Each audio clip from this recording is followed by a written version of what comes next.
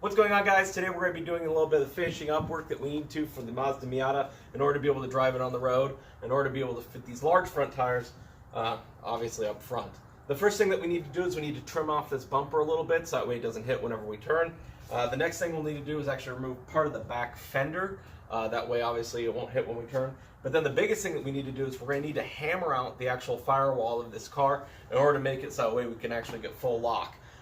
Honestly, I don't know that we'll ever be able to get full lock with this size tire with that amount of offset, but hopefully we'll be able to get far enough so that way we can at least make some turns on the trails. So enjoy.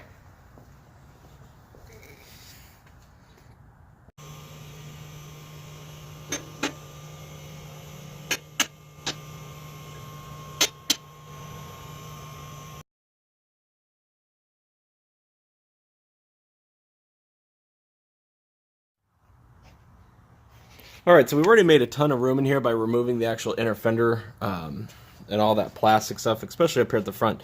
I think what I'm going to do is I'm going to take this line right here that goes from this point, wrap it around with some blue tape, and try and follow this line down. So we'll go ahead and get that marked off. We'll try and cut that out and see how much room that gives us.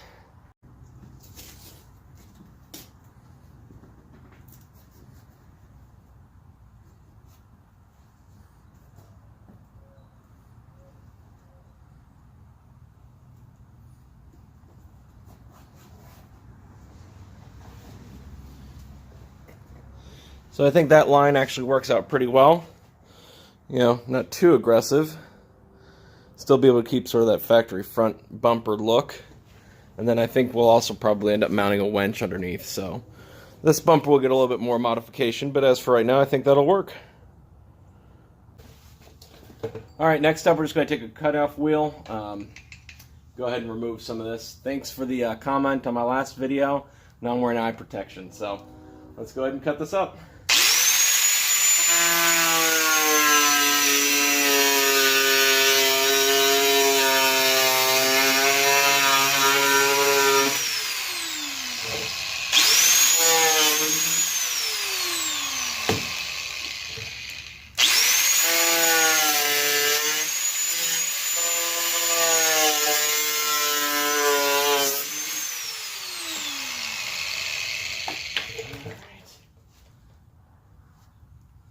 That should work.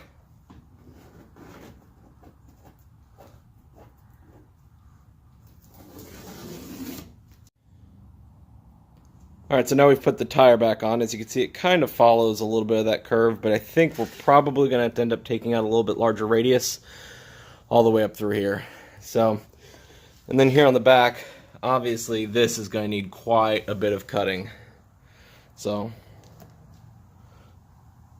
far though, if we just need to drive straight and it was lifted 3 inches higher, it would totally work. For this backside, I think I'm just going to try and remove a little bit of this lip right here. See how far that gets us. Obviously, we're probably going to have to go a little bit further. I'm probably going to have to bring this line actually in up here and continue it on, and then try and flare this out a little bit because we're going to need a lot of space. I know that this seam right here needs to get hammered down quite a bit in order to make this work. So we'll give it a go.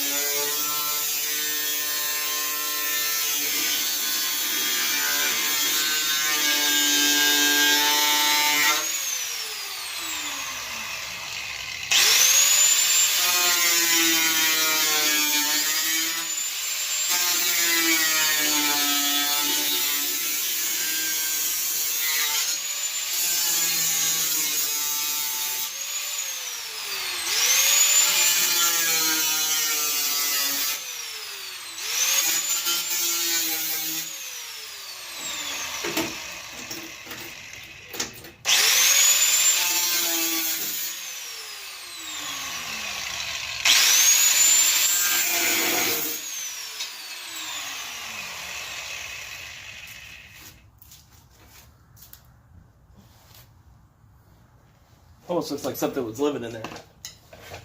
By the way, thanks on the comments for the guy that recommended I actually use some hearing protection and eye protection on the last one.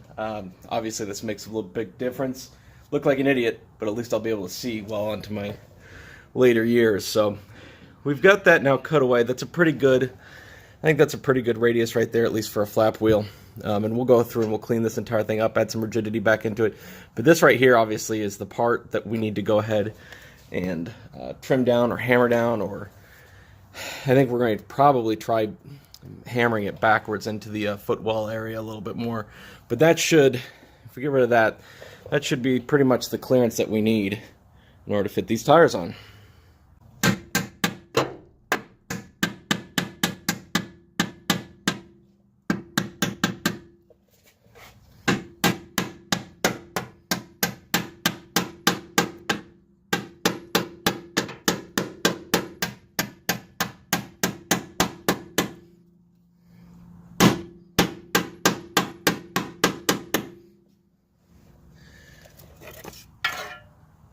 That makes pretty quick work of it. I cut a couple of relief cuts to make this a little bit easier.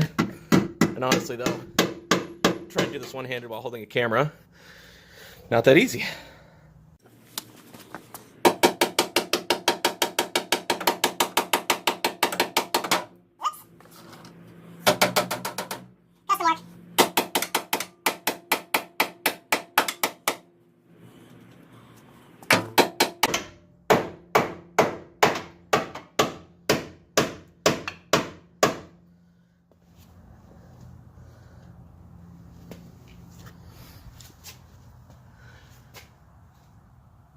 That starts to clearance it really, really quickly.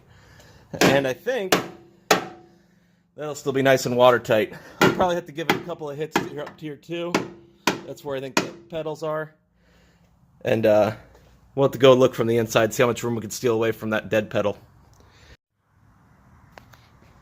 Alright, now that we've hammered that flat, put the tire back up there, we can see we're probably going to need to cut this fender a little bit more at an angle. The fronts look maybe okay, but we won't be able to tell until we get it on the ground and actually turn these. But for right now, I am going to take off a little bit extra here, just because I know there's no way that when that tire turns, it's going to hit straight on that corner. So we'll go ahead and keep working on it. Alright, so we're doing some fitment, and as you can see, she's set back down on the ground, and there is literally no room to turn that tire. So we're going with plan B, which is to cut out that blue line you see there and just completely open this entire thing up. That way when we got people sitting in it, we've got multiple, bumps and everything, start working out that suspension, we don't end up taking the fender off with it. Funny enough though, the marking that I followed is actually one of my original markings that I did on the front. What I did there is, and this is a good tip for anybody that's going to do this swap.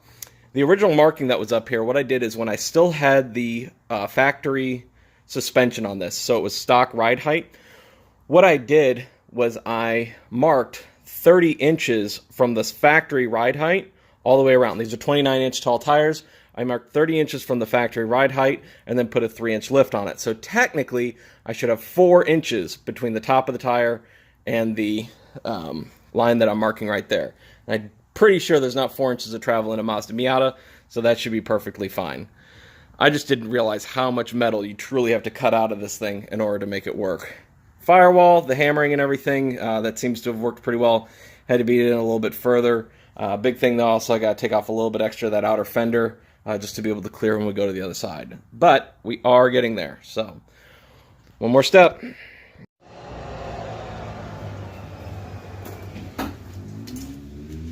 So after all of that cutting, we still have a massive area here that we need to basically hammer out. If anybody asks how much room you need to cut out of one of these Miatas in order to fit 235, 75 R15s, it's a lot. So especially with the 2-inch offset like I'm going with these Bassett rims, so this entire thing needs to be hammered in quite a bit more. Unfortunately, I think I've kind of reached the limit with my little wacky stick, so instead we're going to be upgrading to this splitting maul right here. Hopefully that should move some metal.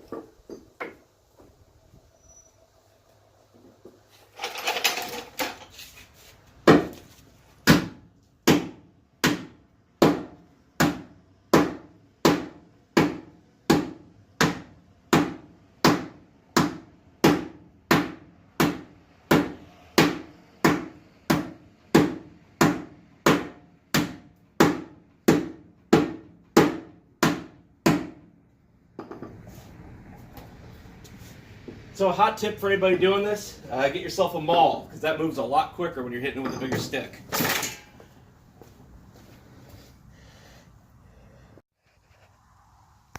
Alright, so we finally have fitment on this side, and can't turn to completely full lock when I'm in the car, but it's enough to be able to actually drive it around. So I don't think we're going to be going for any handling, world records or anything with this vehicle anyways. Obviously I'm going to fix the camber on that side, but for anybody that wants to know how much metal actually needs to be removed, I went ahead and transferred the pattern over to this side of what I did over there, and it is, that's quite a bit of metal. So that's what it takes to remove to get these tires to fit. So I'll go ahead and do this side. Unfortunately, there's not exactly enough space on this side to be able to film and get back and everything, but since you guys saw the other side and me playing around with it, obviously it's pretty much the same thing. I will say one thing though, it's in the beginning of the video I was obviously using a grinder. I went ahead and I actually found this in my toolbox. I bought it a while ago. I never really used it. It's one of those cheap Harbor Freight ones. I think they're like 20 bucks or something. That thing is amazing at making nice, clean cuts. Didn't ruin the paint or anything. It's not even sharp. So I would definitely recommend, if you're going to do this, get one of these things to go ahead and cut your fenders to make them nice and smooth and everything. Otherwise, they end up looking like this. So that side was a grinder, the other side was a Sawzall, and neither one of them looks very good. So I think I'm going to be doing that same thing probably to this rear as well. Cutting up all along here and flying out this fender. So let's get the other side done and go take this thing for a test drive. Alright, so I got the camera set up so I can show you how nice and easy this thing actually works for cutting out these fenders. I'm just going to start here on this side and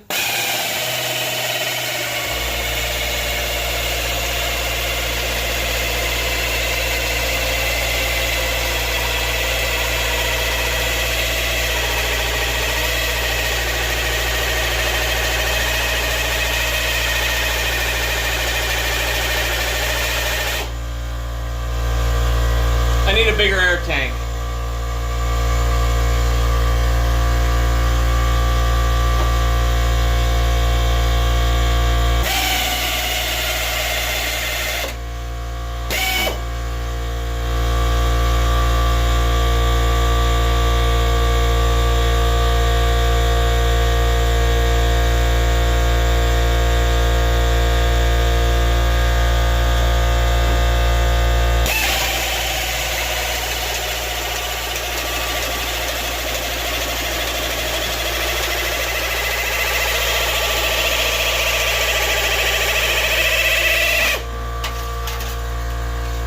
Done. That was a heck of a lot easier than the other side.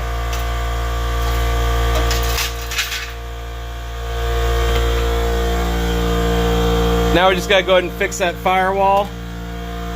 Feed all of that back like we did on the other side. And we should be good. This side's going a lot faster. Alright, so we took this thing out for a drive, figure out exactly where we're rubbing and everything. Obviously on full lock. Well, we don't get full lock. So, went ahead though and also had some rubbing issues here, so I went ahead and cut out the rest of that. When I cut that out, I also cut the inner fender at the same area, and I kind of rolled it up underneath to where the seam is now right there. So I'll go ahead and use some JB weld or something to go ahead and kind of bond those two together. I would weld it with my welder. Unfortunately, as you can see, that metal's either too thin. It's really, really thin metal there, so we'll go ahead and seal it up. Don't ever use foam or spray foam or anything else like that. That'll just hold moisture behind the panel, and it'll end up rusting out. So, as for right now, though, the Baja Miata, or Baja Yata, or Offer, I don't know. Comment down below if you got a name for this thing. So, other than that, she's ready to go.